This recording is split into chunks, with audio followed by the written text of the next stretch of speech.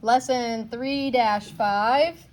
Yes, we are just reviewing long division right now because tomorrow's lesson we will be doing long division with decimals. So they're kind of giving you a reminder of this is how you do long division, and then tomorrow we're doing it with decimals. I don't like doing decimals with division. It's so sad. It'll be fine.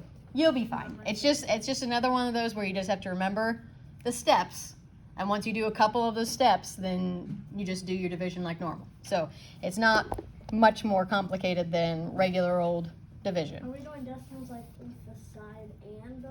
Yes. So there will be decimals in the divisor and the dividend. So we will be working on what to do with that. You guys kind of know what to do if there's a decimal in my dividend. I just put my decimal up and then divide it out. But we haven't worked on what to do if there's a decimal in your divisor. Like if this was 1.2 instead of 12. We haven't done that before. So tomorrow, that's what we'll get into. But today, they're just doing a quick little review of our long division, traditional, plain, regular old division, just to remind you of those steps so that tomorrow we'll get into the new stuff. So our traditional long division, how do I start my regular old long division for 652 divided by 12? What's my first step there? 9?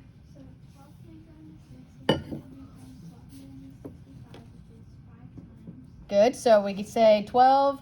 We start thinking about the 6. It cannot go into 6. Nothing times 12 gives me 6 or close to it. So I have to go then to 65. And as she said, we can do a 5, which gives me what? Which gives me 60. So I bring my 60 down and subtract that. Make sure everyone's doing this with me. 65 minus 60 gives me 5 left over. Bring down my 2. And then I ask that same question again. How many times can 12 go into 52? 12? 4 times, which gives me 48. 52 minus 48. 13? 4. Yes, I can just think about counting up to 52, or I can borrow, because I can't do 2 minus 8. It becomes 12 minus 8, which gives me 4. So now, what do I do with that 4?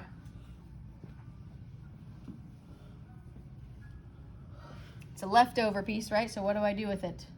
4? You can either put it into a fraction, decimal, or a remainder. Very good. Fraction, decimal, or just leave it as the R for remainder. On this one, since we don't know what those numbers are or anything, we can just leave it as a remainder. Easiest way. And just do remainder 4. Now, on the line at the bottom of that box, it says to check. How am I going to check if my answer is correct here? 7? Very good. So since this is division, to check it, I would do the opposite, which is multiplication. So I need to do 54 times 12, and then add on that remainder of 4. So I'm going to write that down here, 54 times 12 plus 4. Do I need any parentheses in that number sentence? 13? Yeah. I do? Do I need them? No, since we already know that multiplication comes before addition anyway, it wouldn't hurt if you put those in there. If you put parentheses around the 54 and the 12, it wouldn't change your problem. It's just that they are not 100% necessary since we only have multiplication and addition in that. So let's work out 54 times 12. 2 times 4 is? 8. 2 times 5. 10. And then what do I do to hold the place of the 2, everyone? Put a 0. Add a 0. 1 times 4. 4. 1 times 5. 5. And then add those together. 8 plus 0, 4 plus 0, 4, 5 plus 1. 6, And then I need to add on 4, my remainder of 4. 8 plus 4, 12. Carry my 1. 4 plus 1. 5, And bring down my 6. So I get the same answer there. So this number needs to be the same as my dividend, the number I'm starting with.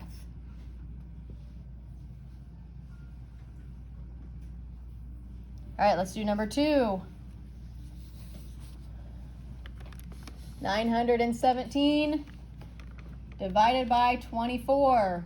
What do I do first? What's my first step?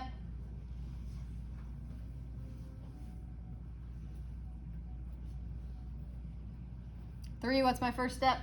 I need to see how much, like 24 compared to 917. Do I just go straight to 917? What do I start with? 9. The 9. 24 into 9. Can't do that. 24 into 91.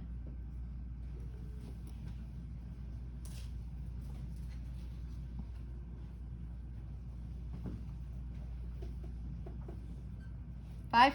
Maybe 4. What would you get if you did 24 times 4?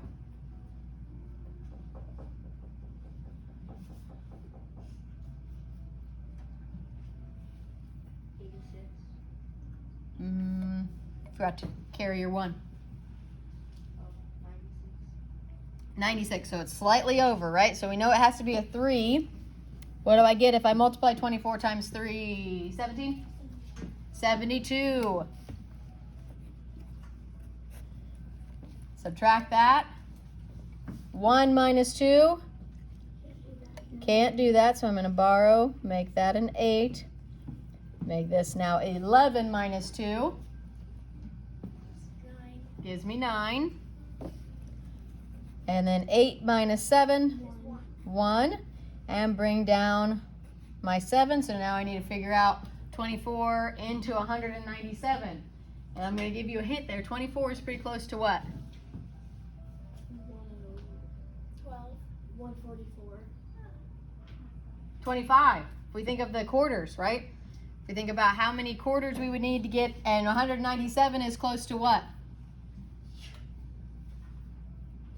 200. So we can think about quarters. How many quarters gives me $2? 5? Well, I know the answer. Well, how many quarters would give me $2? 8. So I could start with trying to do 24 times 8 and see what that gives me. And what did you do 24 times 8? And what did you get?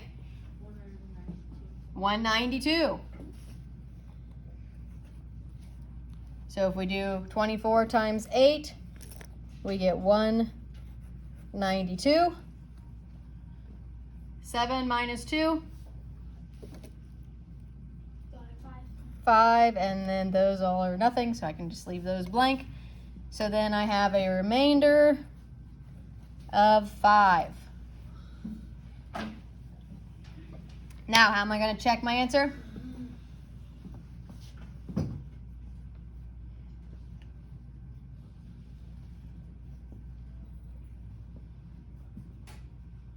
What do you think, 15? How would I check my answer here? 38 times 25 plus 5. Oh, close, but not plus 25, plus 20, I mean plus or times. 24 times 38 There you go. plus 5. There you go. 38 times 24 plus 5.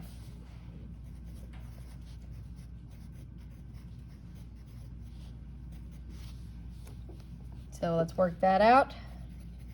38 times 24. I start in my ones place here. 4 times 8. 32, Carry my 3. 4 times 3 12, plus 3. 15, Good. What do I do to hold the place of the 4? 0, 0. Now I'm ready to multiply with my 2. 2 times 8. 16, 16. I get rid of that 3 and carry my 1. 2 times 3 6, plus 1. 7, Add that. 2 plus 0. 2, 5 plus 6. 11, 11. Carry my 1. 7 plus 1 8, plus 1. 9, And then add on my remainder of 5. 5 plus 2. 7, 1 and 9. And I get my original divisor, or dividend. All right, turn the page. That's enough of that practice. On page 128 now, we are discussing some division real life problems here, and we're going to be talking about what to do with that remainder in real life situations. So we'll just do a few of these here. Number 1, the following problems are about 124 sixth graders at Granger Middle School. Write and solve a number sentence and tell what you did with the remainder.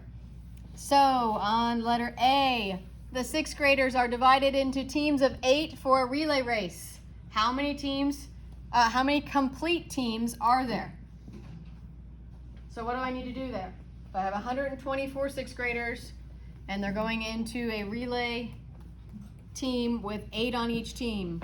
1, I need you to stop drawing. 17, what would I do? 124 divided by 8.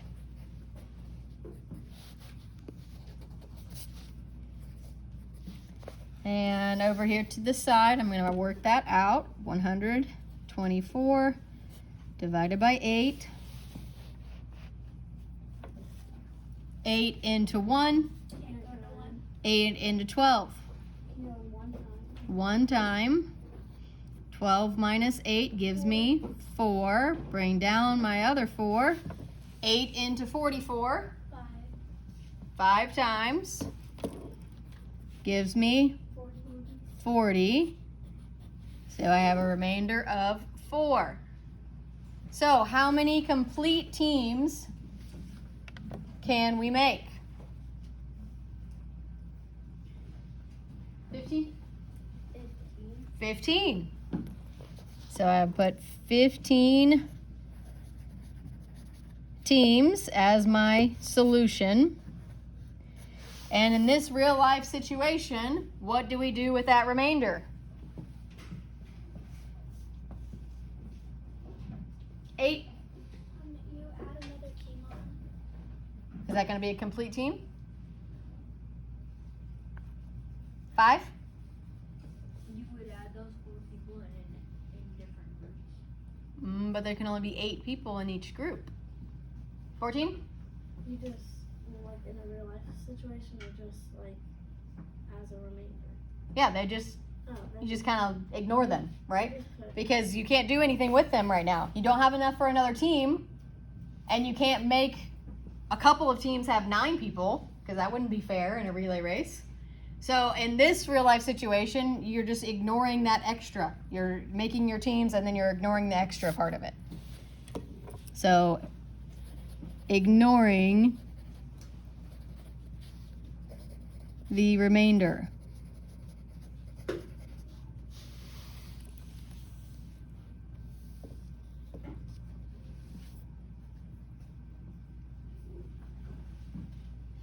Letter B, the students go on a field trip.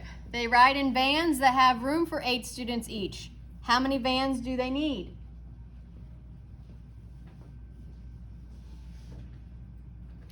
What's my number sentence?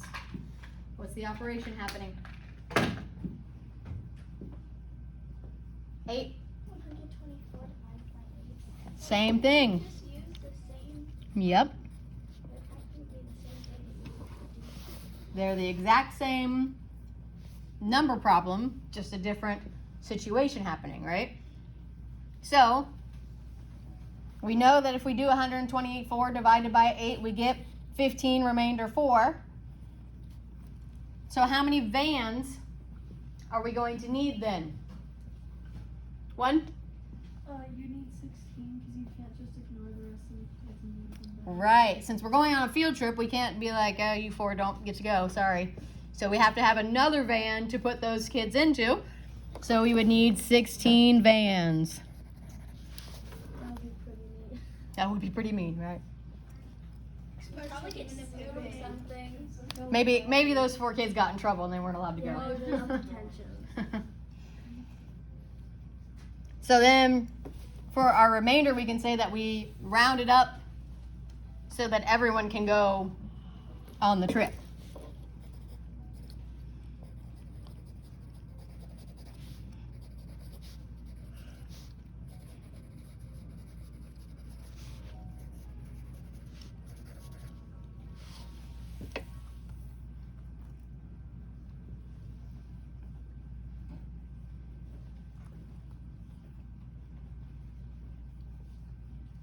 And then letter C, each student donates $1 for a raffle. The winners split the money equally. There are 8 winning tickets. How much is each winning ticket worth? So what am I doing there? What's my number sentence going to be? If each student donates $1, how many dollars do we have then? 8? We'd have $124 because there's 124 students.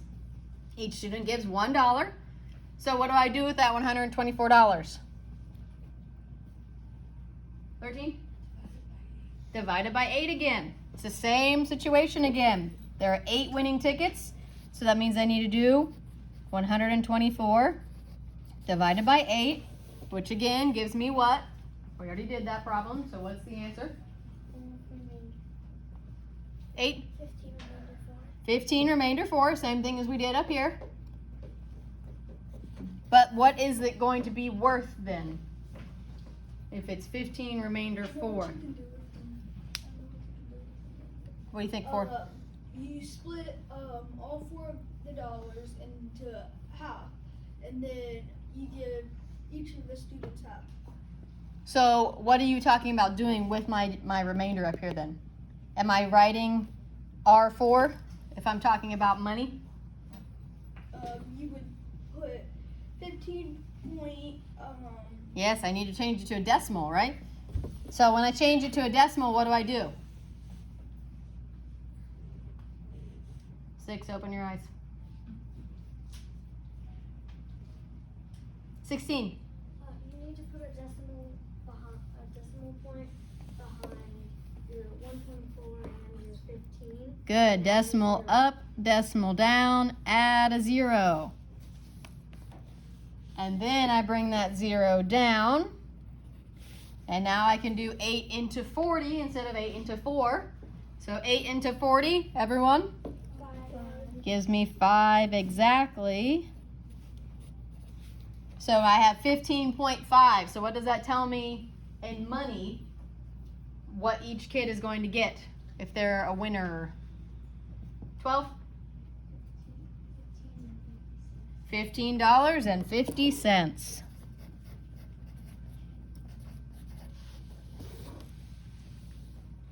And for our remainder part, we can say we wrote it as a decimal since it was money.